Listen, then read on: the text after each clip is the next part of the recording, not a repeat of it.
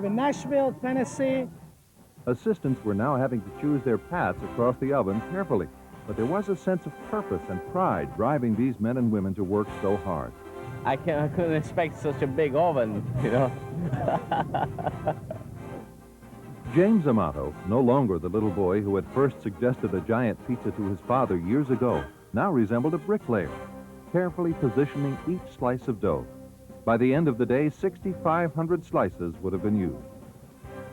I don't want to... This box is, hey, you put every 5 feet on the other side. They're going to need on the other side. It was now just 2.5 hours before the propane burners was scheduled to be ignited.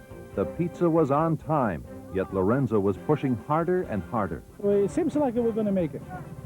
But I got to keep on pushing these people, otherwise we would not make it. Pizza men were now working to expand the pizza to the edges of the oven. Each slice now had to be cut to fit the curve of the giant aluminum circle.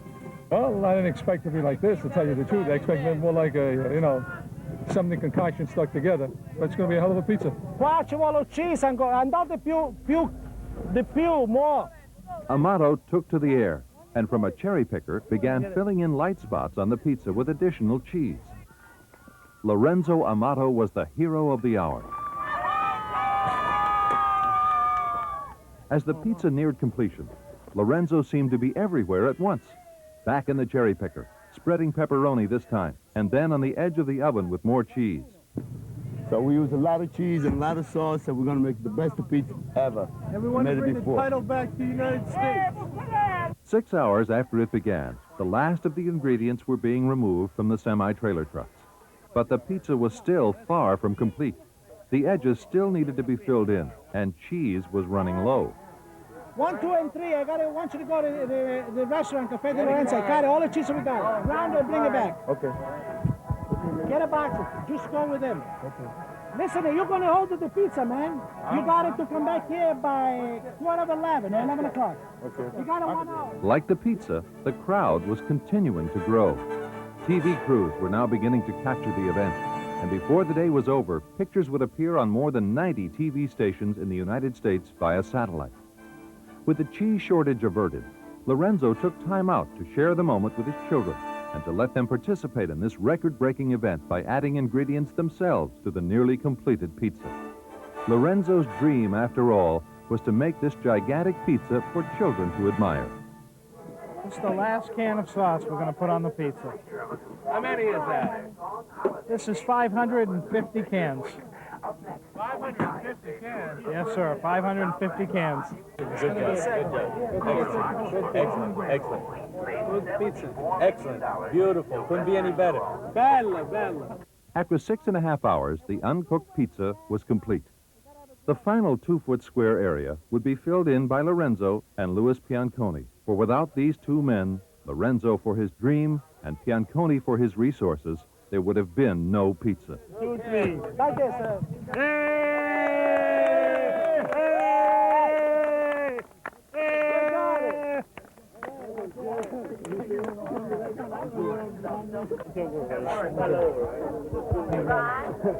Listen, there's a pizza still needed some cheeses and spice. Would this 15-ton behemoth be edible? Plenty of people were lining up to find out. It's a super American apple pie. That's what it is. Pizza, it's sold more pizza in the United States than apple pie. So it's an official food which is going to stay for years to come in the United States. And relatively, the crown belongs in the United States. So we're going to bring that crown back to that. By now, thousands of people were arriving. From the beginning, Lorenzo had declared that proceeds from the event would be donated to charity. Now the Red Cross was receiving fistfuls of money from people anxious to taste the pizza. Traffic on the highway was heavy, and state police were busy keeping vehicles flowing outside the arena. Oh boy, we're having a big time here today. We're ready for it, and we're looking for the crowd. You know, it's really great out here. Cesar Randazzo from Nashville, Tennessee. There was also time for a little fun. At this time, I'd like to have everybody off from the oven because we're gonna light it. And light it they did. All 5 propane burners. While building the pizza was a colossal job, cooking it would also be a monumental task. 5 18-foot burners were mounted on a steel frame with wheels and would be manually pulled from one side of the pizza to the other along metal tracks laid between the oven's supporting columns. The unique propane burners were designed by Lorenzo himself. Take number 3 and start moving it. About a foot. A steady stream of people was now arriving to witness history in the making. Traffic was backed up for a mile. The parking lot held cars from at least 5 different states. By the time the day was done, $35,000 would have gone to charity. How much is the ticket? Anything you would like to donate. People are donating from anywhere from $1 to $5 in most cases. One person donated $1,000. Oh, wow. Isn't that great? People were everywhere, 100 deep, waiting for the pizza. I think it's great. I think it's a world's record, and he's going to make it. I'm here to see history in the making. I mean, I don't know how it's going to taste. Lorenzo had planned an entire day of merrymaking to draw a crowd and keep them occupied. There were bagpipes and skydivers, places for the kids to play, and ponies to ride, crafts to buy, and music to entertain. Dream, dream,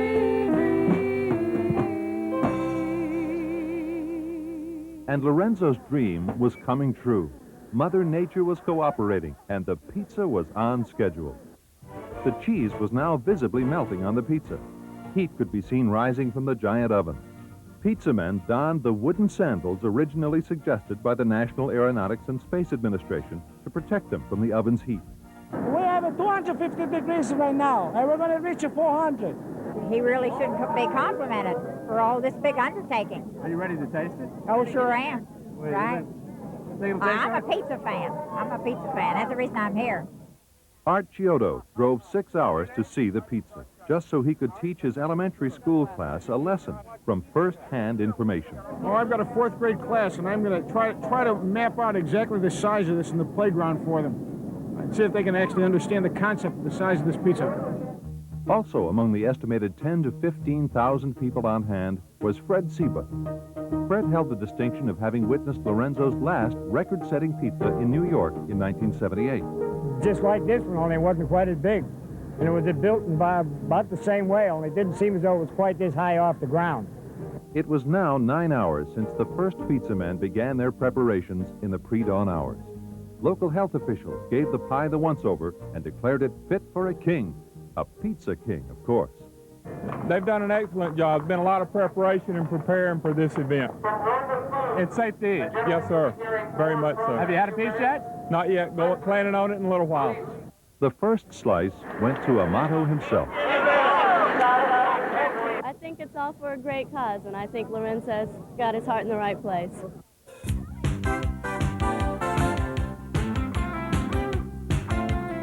Now came the mammoth job of serving thousands of pizza lovers, and a huge job it was.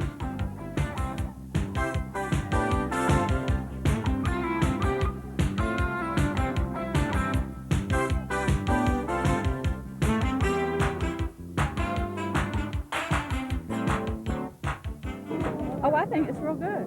This is what we get it every week, you know, from Domino's or something. I think it's real good. What do you think? Tastes good. Worth waiting for? Sure was. How'd you compare it to like a pizza you buy in a restaurant? Cheesier. Delicious. Great. But one task remained. Was this really a record-setting pizza? We now have the official certification for Lorenzo Amato to establish what you see before you as the world's largest pizza. This was going certified by the state of Florida, the Department of Weights and Bureaus, Mr. Wayne Ball. This is to certify that the pizza here today has been measured by the Bureau of Weights and Measures.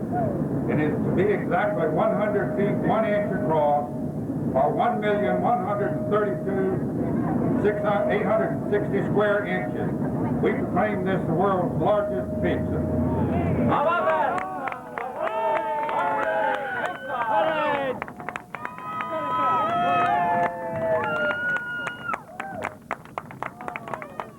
victory was complete. The labor of love was over. Lorenzo was once again Pizza King. There's a Bobby Delchuk. Some people say, so what are you doing for? Look at this. This is an achievement that money cannot pay. I'm glad, I'm pleased today what I did. It's worth it.